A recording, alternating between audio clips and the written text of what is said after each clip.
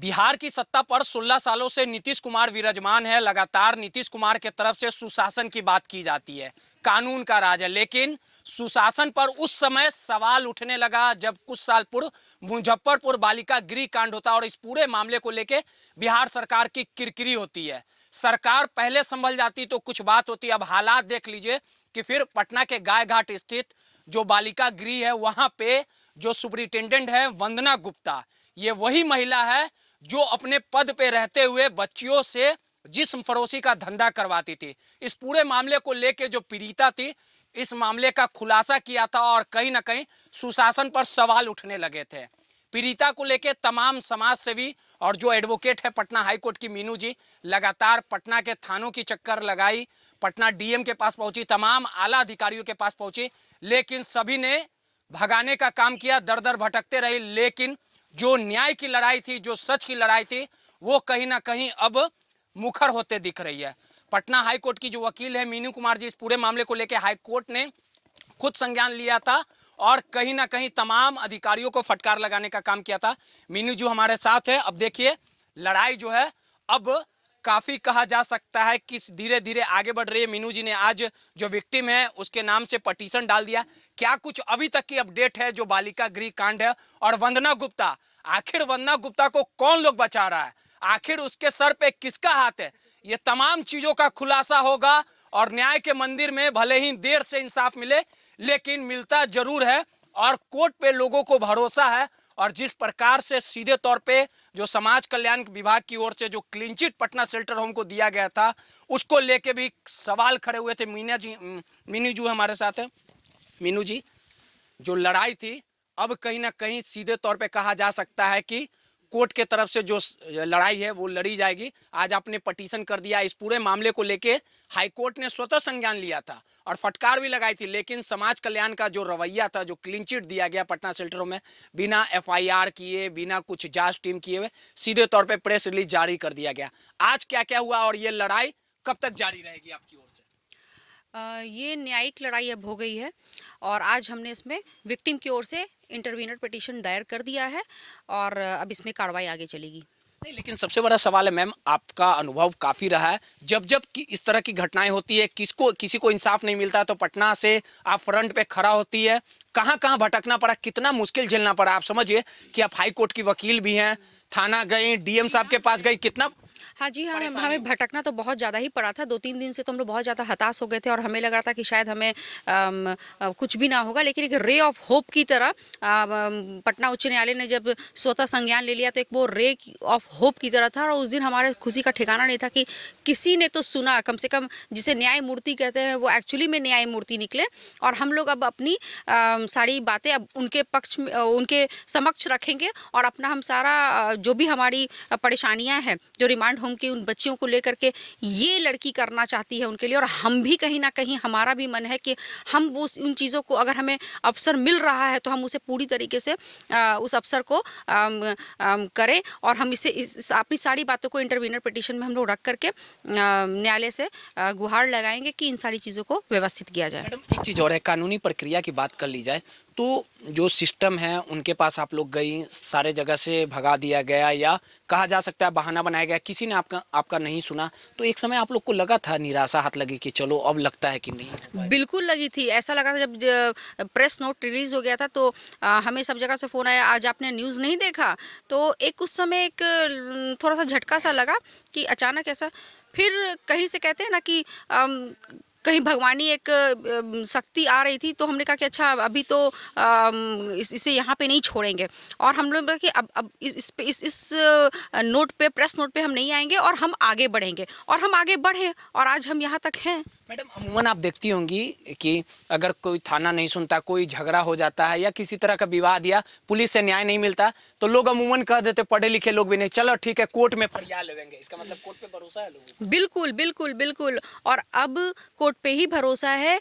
Police system और ये सारी सिस्टम अब कहीं ना कहीं एकदम कहते हैं को वो उसका रहना ही अपने आप में क्यों है मुझे समझ में नहीं आ रहा। ये बस दारू केस में सब पागल हो रखे हैं सारे थाना, और चाहे रेप हो, मर्डर हो, कुछ हो जाए, किसी के साथ कुछ भी हो जाए, ये लोगों को कोई मतलब नहीं है, बस दारू चाहे वो 1 लीटर पकड़ाए, 2 लीटर पकड़ाए या 30 ml हो, 60 ml हो, उसके लिए दौड़ा भागी पूरी चल रही है, बस यही चल रहा है। एक चीज और, सीमा समृद्धि भी जी आई हुई है सुप्रीम कोर्ट से, लगातार आप लोगों ने प्रेस वार्ता भी की। एक चीज बताइए कि ये पूरा जो समाज कल्याण विभाग की तरफ से आज पीड़िता का बयान भी दर्ज किया गया है।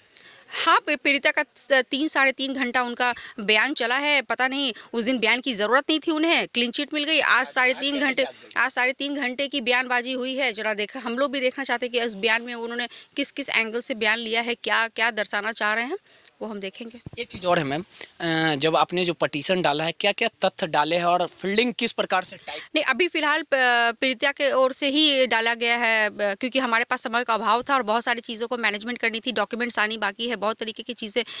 लोग हमें हमें खुद हेल्प कर रहे हैं, वो आगे बढ़ के। सब लोग कह रहे हैं कि एक समाज के लिए कार्य है, एक बच्चियों के लिए है, महिलाओं के लिए है, तो वो खुद जिनकी जिनकी जो जो दस्तावेज हैं वो हमें ला के दे रहे हैं, तो हम लोग उनको सारे दस्तावेज को कंपाइल करते हुए एक हमारा जो एग्जॉस्टिव इंटरवीनर पिटीशन होगा, जिसमें कि रिमांड्स में जो चल रही गड़बड़ियों के को पूरा दर्शाया जाएगा और उसके लिए एसआईटी गठित करते हुए उन सारी गड़बड़ी को ठीक करने का, और जो भी मसला रहा है, लड़कियां कहाँ गई कहाँ नहीं गई, वो सारी चीज़ों को हम उसमें एक आखिरी सवाल, आप शेल्टर होम का मामला कई सालों से देख रही हैं, जो भी धाराएं लगाई गई है इसमें किस प्रकार की सजा होती है, और एफआईआर अब दर्ज कर लिया गया है ना? मतलब जी नहीं, अभी तक एफआईआर दर्ज नहीं हुआ है।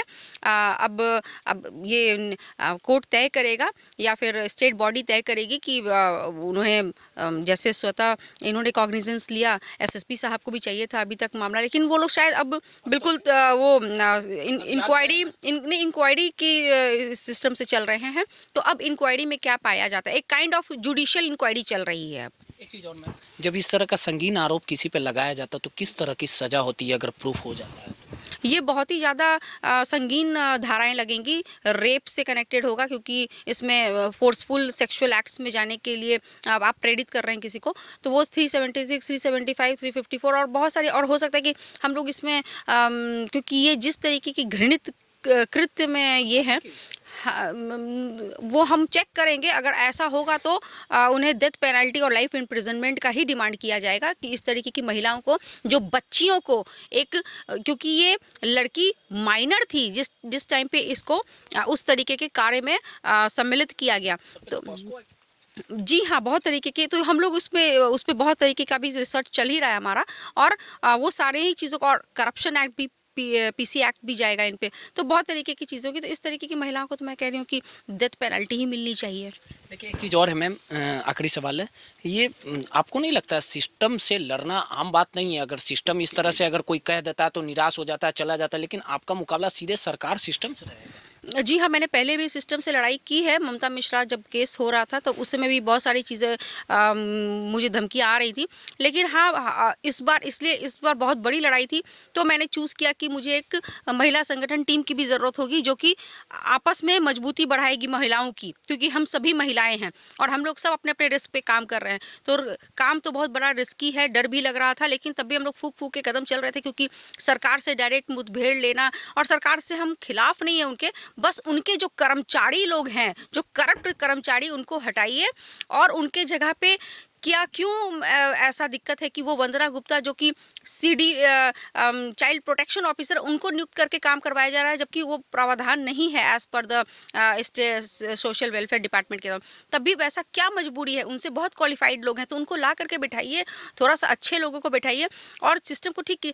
मुझे कोई ये नहीं, उनको तो पता भी नहीं होगा कि क्या चल रहा होगा उनके नाक के नीचे, ये तो इनके करप्ट ऑफिसर्स हैं जो उनको उस सरकार को बदनाम करती है, तो उसी तरीके से उनको थोड़ा आगे बढ़ के काम करना। लड़ाई में बहुत लोग हैं, अमिताभ दास भी आ गए हैं, पूर्व आईपीएस, बहुत खड़े हैं मीनू जी के साथ। नहीं तो बहुत अच्छी बात है, अगर वो लोग, उन जैसे लोग जो क्वालिफाइड लोग हैं, अगर वो लोग के पास भी कोई जानकारी है इस तरीके की, तो मैं कह रही हूँ कि वो साझा करें। हम बहुत सारी बातों को रखना चाहते हैं कोर्ट के साथ। और आखिरी सवाल है ये, आपके हवाले से खबर आई थी शेल्टर होम से 5 लड़कियां गायब है, 5 लड़कियां गायब होने का ये सेंस था, मेरा ये तात्पर्य था कि उन लड़कियों से मेरी बातचीत होती थी, फिर अचानक से कॉन्टैक्ट्स टूट गए, और फिर जब मैं उन्हें देखने गई तो मुझे पता चला कि वो लोग अब यहाँ नहीं है, वहाँ नहीं। तो अब मुझे उनकी सुरक्षा की चिंता हो गई, क्योंकि उससे मुझे लगा था अच्छा ये नॉर्मल कोर्स में जो ट्रांसफर्स किए जाते हैं वो वहाँ चली गई हैं, लेकिन अब मुझे ये डर है कि ये हो सकता है ट्रांसफ़र ना हो के कहीं बेचने वाली स्थिति हो कि कहीं बेच दिया गया हो, तो वो अब मुझे बस सुरक्षा के दृष्टिकोण से मुझे थोड़ा सा चिंता है उन लड़कियों का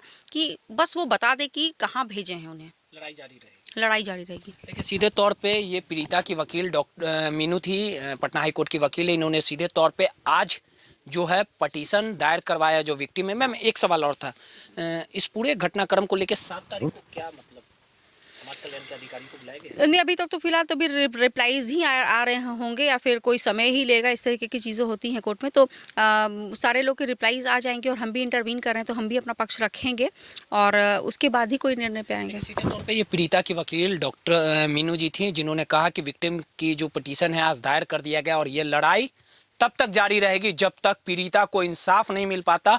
और जो भी इस जो कुकर्म है, जो पूरी घटना है जिसको लेके बिहार की किरकिरी भी हो रही है, ऐसे अधिकारियों को हवालात पहुंचाने के बाद ही हम मानेंगे। और सीधे तौर पे कहा जा सकता है कि जिस प्रकार से पीड़िता की लड़ाई है, मुहिम जो थी अब रंग लाते जा रही है। कैमरामैन अजय के साथ रोहित, NBC 24 पटना।